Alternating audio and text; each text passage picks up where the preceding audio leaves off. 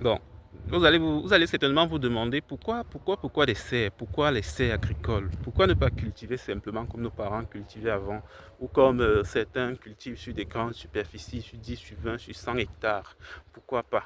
Bon, vous allez aussi vous rendre compte que depuis quelques années dernièrement quand même, il y a une sorte de perturbation au niveau du climat. Voilà, on ne sait plus quand est-ce que commence la saison des pluies, quand est-ce qu'elle finit.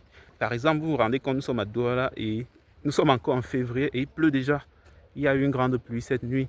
Donc, avec tous ces dérèglements climatiques là, voilà, les paramètres des itinéraires techniques aussi ont beaucoup changé, mais sauf que dans la pratique même de l'itinéraire technique, on n'a rien changé. C'est pourquoi vous allez vous rendre compte que beaucoup de gens dernièrement échouent beaucoup dans l'agriculture.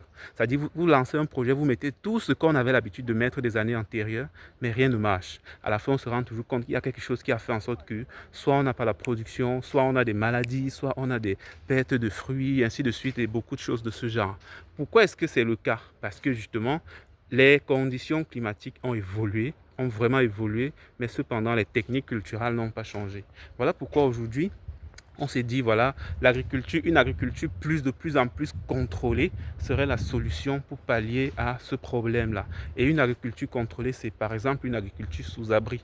Sous abri, ça veut dire sous serre.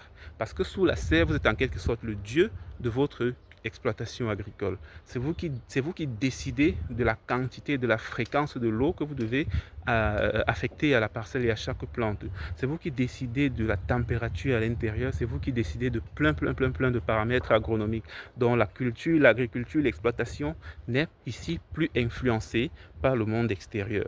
Donc voilà, dans une agriculture sous serre, vous avez aussi la possibilité de pouvoir produire sur toute l'année et à toutes les saisons. Aujourd'hui, de plus en plus, il est difficile de faire une agriculture de contre-saison, de pratiquer, je veux dire, une agriculture de contre-saison. Tout ça toujours à cause des dérèglements climatiques. Parce que vous voyez, en saison sèche, on ne sait plus si c'est la saison des pluies, si c'est la petite saison des pluies, si c'est la grande saison des pluies. Donc tout est changé, tout est bouleversé. Donc la solution, c'est de te lancer dans l'agriculture sous serre. Dans l'agriculture sous serre, l'avantage, c'est que sur moins de 500 mètres carrés, sur moins de 1000 mètres carrés, tu peux te faire un revenu équivalent à celui qui a investi sur 10 hectares. Mais sauf que le seul inconvénient, moi je dis c'est le seul inconvénient de la pratique de cette agriculture, c'est le coût d'investissement qui est un peu élevé au lancement. Voilà. Mais sauf que ce coût est rapidement amorti par le choix stratégique de la culture, notamment les cultures à haute valeur ajoutée et à forte demande sur le marché. Donc, si vous avez une bonne planification stratégique de votre exploitation, de votre projet agricole sous serre, ça veut dire que vous aurez certes dépensé un peu plus à l'investissement et sous une petite surface, bien sûr, mais vous aurez très vite rentabilisé cette structure-là et avec le temps, vous êtes vraiment le plus heureux. Donc, lancez-vous dans l'agriculture sous serre, c'est sérieux. Et là, nous avons essayé de trouver des solutions pour pallier aux problèmes de coûts élevés et en utilisant un matériau un peu plus accessible et moins coûteux, à savoir le bambou de Chine. Actuellement, nous produisons des serres en bois et des serres en bambou de Chine. Donc, pour les budgets réduits, vous pouvez vous lancer dans la serre en bambou de Chine.